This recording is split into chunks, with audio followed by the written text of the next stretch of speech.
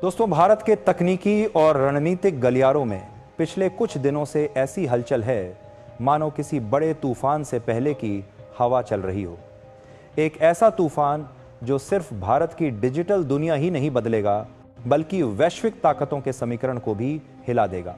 अब तक हमारी रोजमर्रा की डिजिटल जिंदगी विदेशी कंपनियों के ऐप्स और सर्वर पर टिकी हुई थी।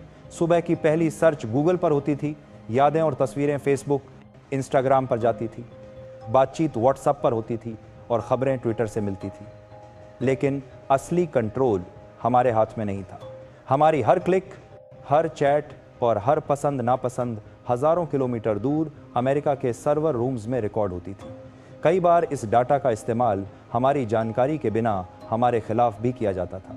यानी यह एक ऐसा डिजिटल साम्राज्य था जिसकी अदृश्य जंजीरों में पूरी दुनिया बंधी हुई थी।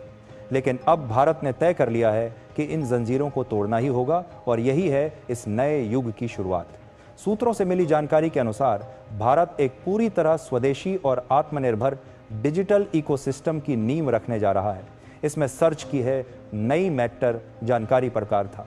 आज की सर्च की engine, social media, messaging app और क्लाउड स्टोरेज सब कुछ भारतीय नियंत्रण और भारतीय सर्वरों पर आधारित होगा। यानी अब भारत के नागरिकों का डाटा भारत के भीतर ही सुरक्षित रहेगा, किसी विदेशी ताकत की पहुंच से दूर। इस क्रांति के केंद्र में है एक नाम, कॉमेट। यह सिर्फ एक सर्च इंजन नहीं बल्कि भारत का डिजिटल ब्रह्मास्त्र है। इसे गूगल का विकल्प कहना भी कम होगा क्योंकि कॉमेट को खासतौर पर भारतीयों की जरूरतों के अनुसार बनाया गया है। कॉमेट के सर्वर पूरी तरह भारत की धरती पर होंगे और यह आधुनिक आर्टिफिशियल इंटेलिजेंस से लैस रहेगा। इसकी सबसे खास बात यह है कि यह भारतीय भाषाओं में काम करेगा, चाहे आप हिंदी बोले, तमिल, पंजाबी, बंगाली, उर्दू, मराठी या कोई और भाषा। कमेंट आपकी भाषा में समझिएगा और जवाब भी उसी भाषा में देगा। सोचिए, अगर आप कहें दिल्ली का मौसम बताओ तो आपको तुरंत आपकी मातृभाषा में ऑडियो जवाब मिलेगा। ना अंग्रेजी टाइप करनी पड़ेगी और ना ही विदेशी सर्वर से गुजरना होगा। यही पर्दा है, सिर्फ एक ऐप नहीं है। ये भारत का डिजिटल स्वतंत्रता संग्राम है जिसकी शुरुआत हो चुकी है। और सबसे बड़ी बात यह है कि कॉमेट पर आपका डाटा सिर्फ आपके और कॉमेट के बीच रहेगा। ना कोई तीसरा पक्ष, ना कोई विदेशी एजेंसी और ना ही कोई छुपा हुआ एल्गोरिथम। दोस्तों, यह कदम ऐसे समय पर आया है जब अमेरिका ने भारत पर भारी टैरिफ लगाकर यह सोच लिया था कि वह हमें आर्थिक दबाव में झुका देगा। वॉशिंगटन के थिंक टैंक मान बैठे थे कि भारत बैकफुट पर चला जाएगा।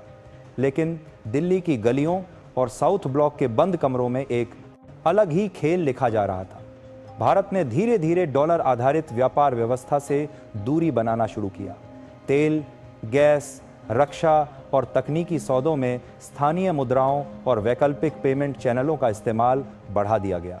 रूस, ब्राज़ील, दक्षिण अफ्रीका और यूरोप के कुछ देशों के साथ भारत ने ऐसे समझौते किए जिनमें अमेरिकी डॉलर पूरी तरह बायपास हो गया।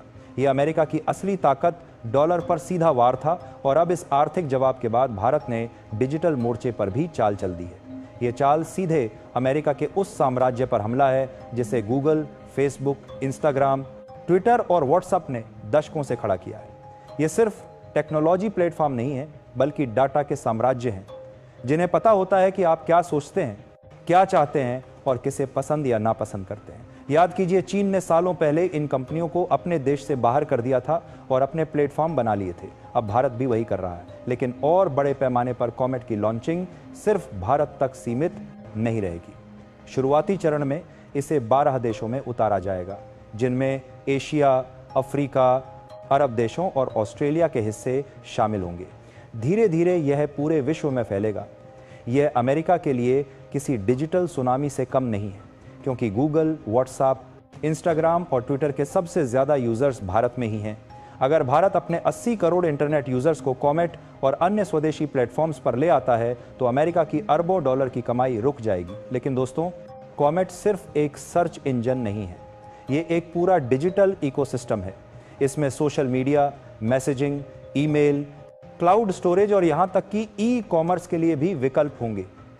यानी जो काम अभी अलग अलग अमेरिकी कंपनियां करती हैं, वह सब एक ही भारतीय प्लेटफॉर्म पर होगा, पूरी तरह सुरक्षित भारतीय कानूनों के तहत, और सबसे बड़ी बात, हमारे अपने नियंत्रण में। अमेरिका के लिए यह किसी सपने के टूटने जैसा है। वॉल स्ट्रीट में निवेशकों की नींद उड़ चुकी है। अमेरिकी मीडिया इस पर लगातार बहस कर रहा है और अंतर्राष्ट्रीय थिंक टैंक मानने लगे हैं कि भारत अब डिजिटल पावर का नया केंद्र बन रहा है। सोचिए, अगर भारत के 80 करोड़ इंटरनेट यूजर्स एक ही दिन में अपनी सर्च, मैसेजिंग और सोशल मीडिया इंटरेक्शन विदेशी प्लेटफॉर्म से हटाकर कॉमेट पर कर दें, तो ये सिर्फ अरबों डॉलर का नुकसान नहीं होगा, बल्कि ये दुनिया की कमान बदलने का संकेत होगा। क्योंकि याद रखिए, जो डाटा को कंट्रोल करता है वही भविष्य को कंट्रोल करता है।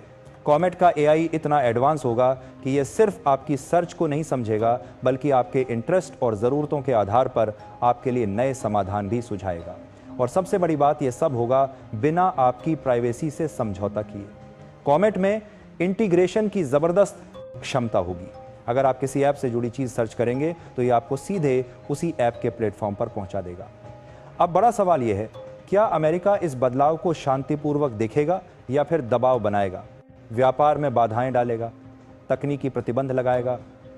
क्या हम एक नए डिजिटल शीत युद्ध की ओर बढ़ रहे हैं, जहां इंटरनेट दो हिस्सों में बंट जाएगा, एक अमेरिकी ब्लॉक और दूसरा भारतीय एशियाई ब्लॉक? एक बात तो तय है, कॉमेट का लॉन्च सिर्फ भारत के लिए नहीं, बल्कि पूरी दुनिया के लिए एक संकेत है कि डिजिटल दुनिया अब एक अध्रुवीय नहीं रहेगी।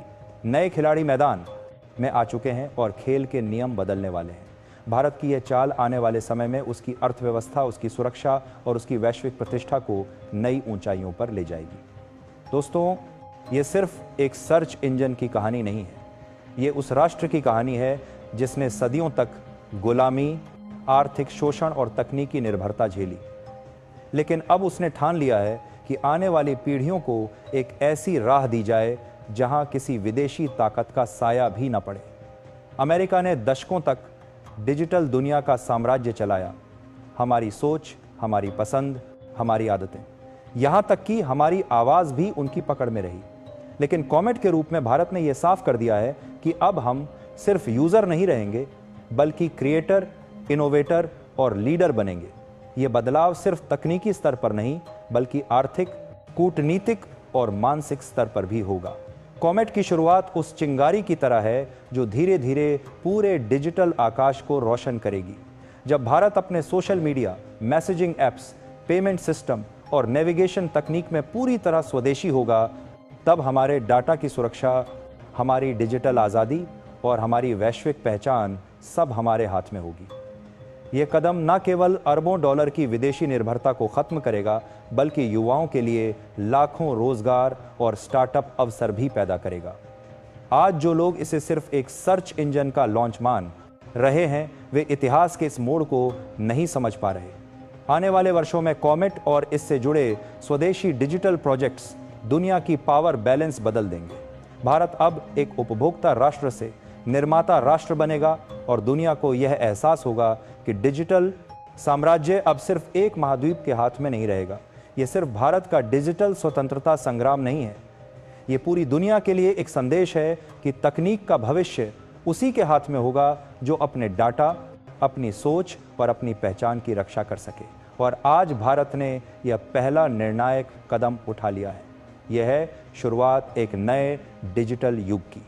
तो दोस्तों, ये जानकारी कैसी लगी कमेंट में ज़रूर बताइए, और क्या आप भी दिल से कमेंट को सपोर्ट करते हैं? अगर हाँ, तो वीडियो को लाइक ज़रूर कीजिए, चैनल को सब्सक्राइब कीजिए और कमेंट में लिखना मत भूलिए। जय हिंद।